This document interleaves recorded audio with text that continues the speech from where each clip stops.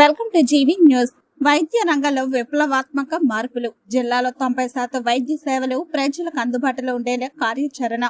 మహబూబ్ నగర్ జిల్లా ఆసుపత్రిని regional cancer care hub గా తీర్చిదిద్దబోతున్నాం. మున్సిపాలిటీలలో ఏ వాటికి వెళ్లినా ప్రజల నుండి మంచి స్పందన ఉంది. మున్సిపల్ ఎన్నికల్లో కాంగ్రెస్ దే విజయం. సాద్నగర్ మున్సిపాలిటీ ఎన్నికల ప్రచారంలో వైద్య ఆరోగ్య శాఖ మంత్రి దామోదర్ రాజ్ నరసింహ వెల్లడి.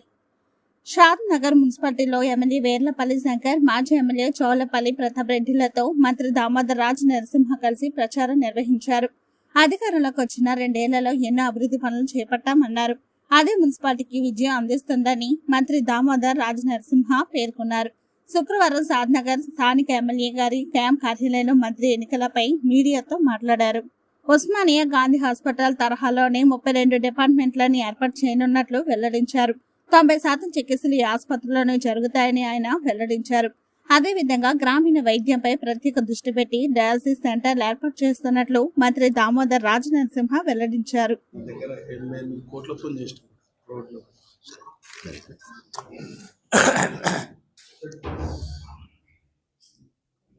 అది అంటే దానిపైన స్పందన అవసరం లేదు. మేమేం చేస్తున్నామో అది మేము చెప్తాం.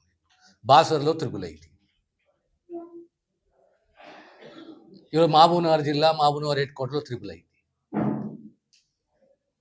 ప్రభుత్వ ఇంజనీరింగ్ కళాశాల, రేపు మాపో మహబూబ్నగర్కు MRI 600 కోట్ల రూపాయలతోటి ఈరోజు అండర్ గ్రౌండ్ డ్రైనేజ్ సిస్టమ్ ప్రభుత్వం ఆర్డర్ ఇష్యూ చేసింది. సీఎం గారు శంకుస్థాపన చేసింది. Integrated schools. సో ఎడ్యుకేషన్ ప్రభుత్వం బాధ్యత ఉండాలి. హెల్త్ ప్రభుత్వ బాధ్యత.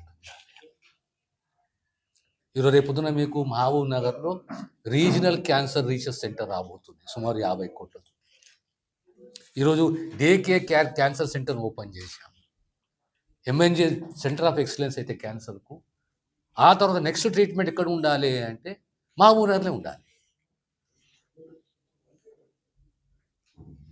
అదే రకంగా హైవేస్కు సంబంధించి ట్రామా కేర్ కావాలి. ఈరోజు సీట్లు పెంచాం మహబూబ్ నగర్ పీజీలో, యూపీలో. సో సౌత్కు గుండెకాయ ఏది అంటే మహబూబ్ నగర్. సో ఇప్పుడు క్యాన్సర్ రీజనల్ సెంటర్ ఎందుకు తీసుకొస్తున్నాం మహబూబ్ నగర్? 4 సెంటర్లు, నార్త్, ఈస్ట్, సౌత్, వెస్ట్. సౌత్లో ఎక్కడ పెట్టాలి?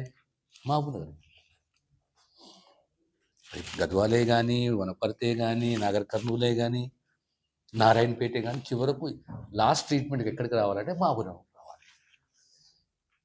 దాని రేపొద్దున దాని యొక్క డిపార్ట్మెంట్సే కానీ, ఆ డిపార్ట్మెంట్ ఇంకా స్ట్రెంగ్తెన్ చేసి రేపు సరోజనికి పోకుండా మహబూబ్ నగర్లో ట్రీట్మెంట్ కావాలి. ఐ ట్రీట్మెంట్, నీ క్యాన్సర్ ట్రీట్మెంటే కానీ, ఐ ట్రీట్మెంటే కానీ. ఇప్పుడు మళ్ళీ డయాలసిస్ సెంటర్స్ వేస్తున్నాం. సుమారు ఇంకా 80 డయాలసిస్ సెంటర్ ఓపెన్ చేయబోతున్నాం. అంటే సామాన్యునికి మోడ్ ఆఫ్ ట్రాన్స్పోర్ట్ ఏముంటుంది? బస్సు ఉంటుంది, ఆటో ఉంటుంది. ఎంత డిస్టెన్స్ ట్రావెల్ చేయగలుగుతాడు ఒక పేషెంట్?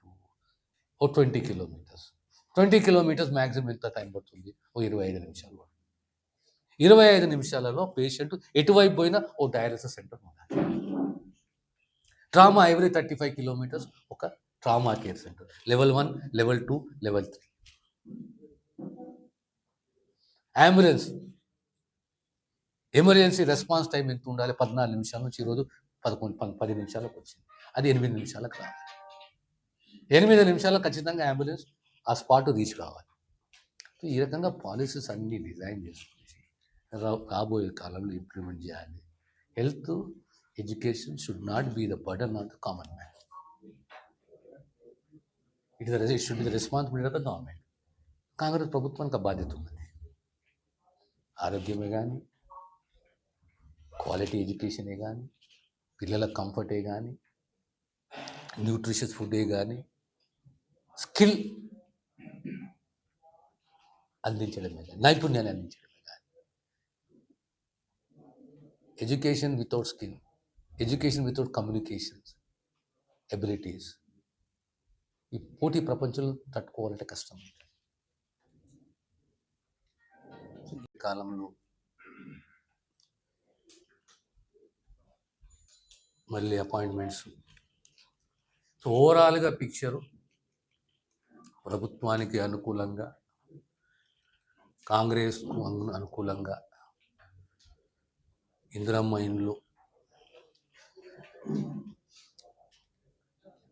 ఓటర్తో ఇంటరాక్ట్ అవుతే వాళ్ళు ప్రధానంగా తీసుకొచ్చిన ఇష్యూస్ హౌస్ సైడ్సే కానీ, డబుల్ బెడ్రూమ్సే కానీ,